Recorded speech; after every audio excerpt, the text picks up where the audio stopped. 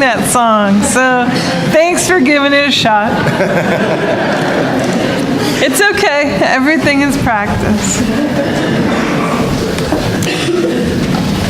In a moment, I'm going to pray. Of course, you don't have to. And I'm not going to tell you that every time, because we don't have to be weird about it. If you don't want to pray, just breathe, relax. Today, you can think about your beginnings, your endings, your continuings. Let's pray. Our friend, thank you for this day. Thank you for this congregation. Thank you for the joy that they have brought to worship this morning. It is refreshing and it is needful for the rest of our week. We give thanks and we say amen. So, one of the things that I like best about January is all the best of lists. But especially, I like lists of books. Because book recommendations are actually one of my love languages. One of the best of books of 2018 that I enjoyed was a book called They Both Die at the End by Adam Silvera. In this story, I know it's a weird title, but you'll get it in a minute. In this story, Mateo and Rufus are teens in a dystopian future.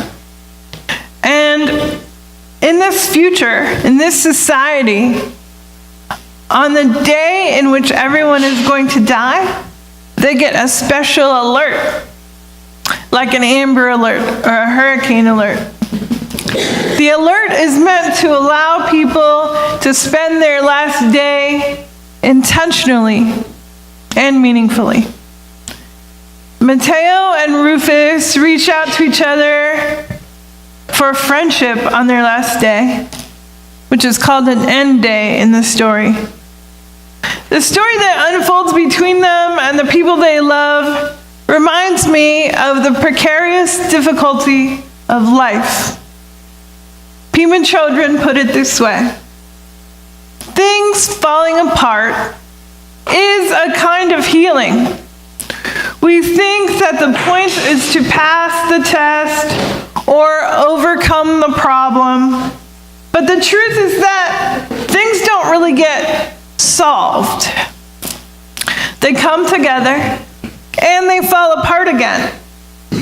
Then they come together again and they fall apart again.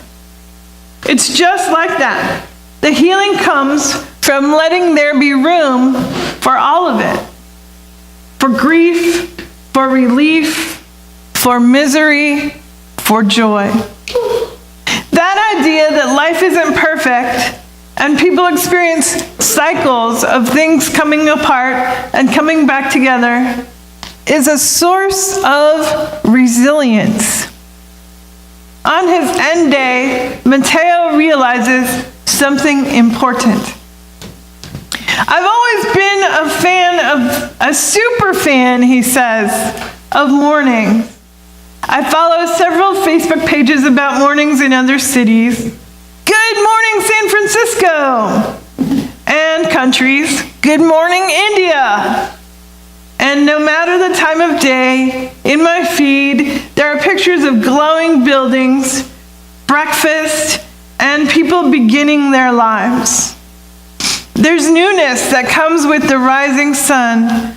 And even though there's a chance I won't reach daytime or see sun rays filtering through the trees in the park, I should look at today as one long morning. I have to wake up. I have to start my day. This is how we leave space for the wide open possibilities of people and of life. The possibility of a new beginning, a new morning, a new idea or project is that wide open. We have before us one long morning. Sometimes it doesn't seem that way, though. I was born on April 30th, 1972, in a small hospital in Belgium where my parents were stationed on an army base. Unfortunately, I weighed 2 pounds and 14 ounces. The doctors told my parents that I was going to die and that they would make arrangements. After 12 hours, the doctor said that maybe I wouldn't die, but I was going to be a vegetable. We don't call people vegetables now, but that's what they said back then. After 12 more hours, the doctor said that maybe I wouldn't be a vegetable, but I would probably never walk or talk or be potty trained.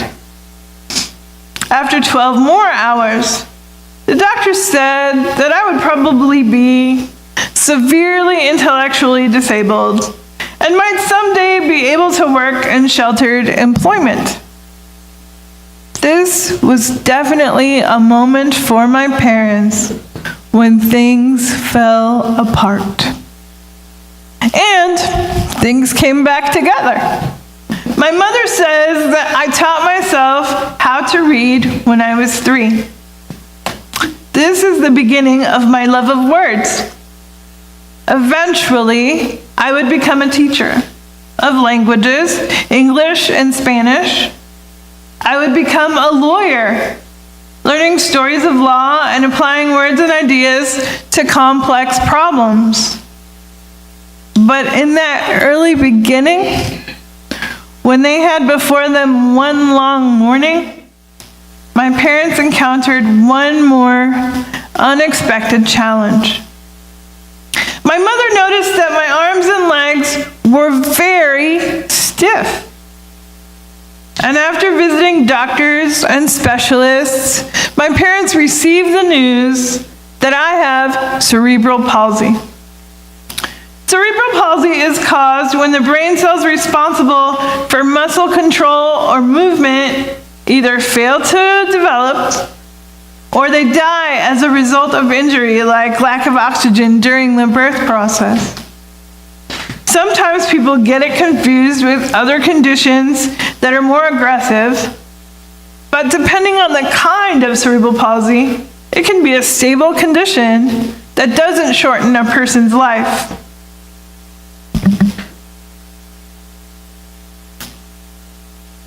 Thankfully, I do have a life and a body that offers me that one long morning. Opportunities and possibilities that allow me to move through the world, not as someone who is sad about what isn't possible, and not someone who's excited about what's not possible either, but rather as someone who's curious about what else is possible. This isn't looking for the bright side for me, so much as embracing the interesting, worthwhile side of life, full of questions I can investigate and contributions I can make about which I am passionate. It brings us to a question.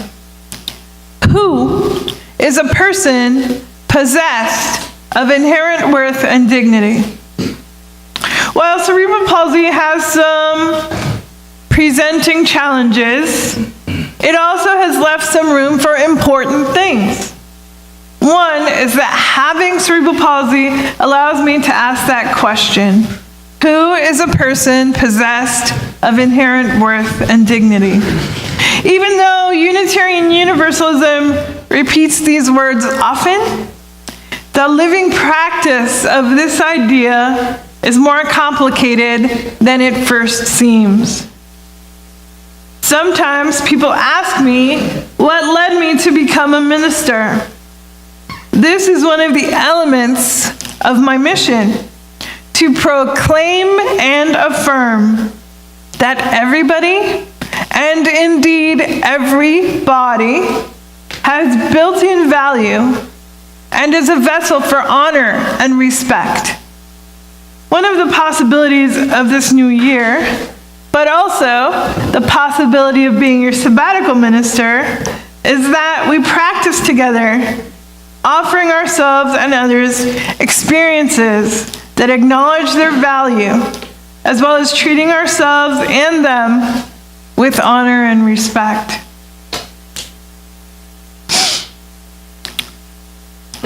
Things I'm going to continually tell you, more than once, as often as possible, things don't have to be perfect to be awesome. Another aspect of navigating our complex humanity is that even when we don't know what's going on, or when we do, we may struggle. Struggle doesn't always indicate that something is wrong with us, or wrong with them, or wrong with the thing. Rather, it reminds us it's all right not to be perfect. One of the struggles we may encounter in this sabbatical ministry is ableism. Wendy Liu explains ableism this way. Whether it's conscious or not, ableism projects the idea that people who have disabilities are somehow lesser than able-bodied people. Similar, for example, to the way sexism, whether it's benevolent or hostile, projects the view that women are lesser than men. Everyone deserves to be treated with respect, including people with disabilities. The writer makes a really useful point when she talks about benevolent sexism or ableism, specifically identifying that people mean well, right? No one's trying to be awful unless they are, and that's a different case. We're not worried about that today. You're not awful. She goes on to list a few behaviors that are ableist, even when people mean to be kind. I'm going to list a few, not so you can watch for them like a hawk and correct people. That doesn't seem like consideration and possibility. Rather, I want to offer you food for thought. Consider why these behaviors communicate the attitude that disabled people are less than human, and that respect doesn't belong to them as much as other people. Are you ready for the first example? Yes. All right. The first one is introducing someone by their disability. That's happened to me before. They say, "This is Reverend Theresa. They're disabled." I mean, sure, yes, but you can see that, right? Or if you can't see, you can know it. When we say that things don't have to be perfect to be awesome, I also mean our bodies. It's understandable that people worry about their bodies being functional, but since being disabled is one of the billions of ways to be human, picking that out is a way to focus on difference instead of the values, experiences, and dreams that people have in common. Are you ready for the next one? All right. It's saying, "I'm sorry." That sounds like this. "Well, I have cerebral palsy." "Oh, I'm sorry." I know that we just said this, but it's super important for understanding why this kind of sorry is unhelpful. Being disabled is one of the billions of ways to be human. Saying you're sorry about a disability comes really close to saying you're sorry for the kind of human the person is. Of course there are things that are worth being sorry about. Things like bias, discrimination, and even inaccessible bathrooms. But I encourage you to think about when you are coming close to apologizing or expressing sorrow for the way someone exists. Last one. Assuming that disability means inability. It's a mistake to assume that people can't do things because they're disabled. In fact, many disabled folks take extra time and make extra effort to adapt ways of doing things that matter to them. Often, when my hands are tired or sore, I write by using Siri on my phone and dictating a sentence or two at a time. Then I edit the final document on my laptop, and I have to type a lot less. Sometimes, when I want to make food that has onions in it, I buy them pre-chopped at the grocery store. At home, I use a walker that has a big bag on the front, so I can carry things around. Doing things differently definitely counts. It doesn't mean they're done incorrectly or left undone. Much as things don't have to be perfect to be awesome, they don't have to be done the exact same way that everyone else does to be great either. But that's not always obvious, which is why we're talking about it. Attitudes toward people who are different in society have only changed slowly over time. In fact, in the early 20th century, progressives, including a number of Unitarians, were very enthusiastic about eugenics. Clergy inspected prospective couples for marriage to make sure they were normal physically and mentally.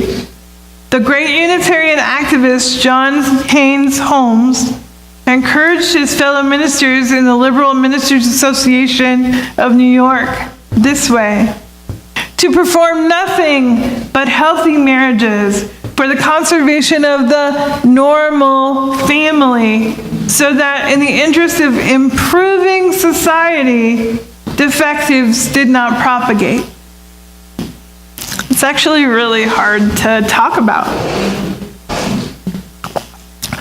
Haynes Holmes wrote this: "Nothing is more important to my mind in our modern treatment of the question of marriage than to use our powers of social control to prevent many people from marrying. Those, namely, whose marriage for one reason or another can be nothing but a tragedy." This attitude is still present with us today. One of the elements of my mission as a minister is to be clear and precise with you about this exact thing. My body is not a tragedy. Bodies like mine are not defective. We deeply consider this truth in order to get free.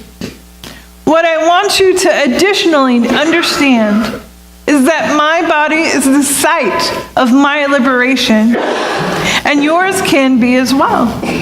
You can be free to live and grow and experience life in your body and say, yes, this is mine.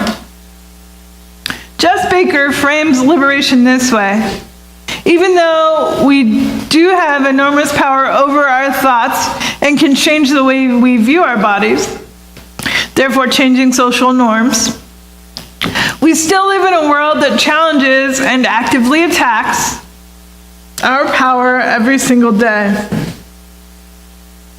It takes that fact and tries to distract you with something that has more positive vibes, not making space for daily issues that marginalized bodies face, no matter how many inspirational quotes they read.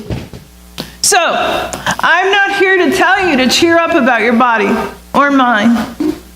There's no truer moment for us to say, it is what it is, by which we mean that our bodies are our vessels, and they are flesh and bone and completely human, and that there are billions of ways to be human. So our bodies collectively may have many natural variations. Life, Jess Baker assures us, doesn't start when we are thin or able-bodied or better, according to some societal standard. You don't have to love your body in order to live your best life. I don't have to drum up a pep squad with enthusiasm for cerebral palsy to befriend my body. I honor my body for being the place where I live, and I like it just fine. What are the possibilities of our time together a new day, a long golden morning. We are in this together, working to get free. Value, respect, and honor belong to each and all of us because we're human. We don't have to be perfect to be awesome.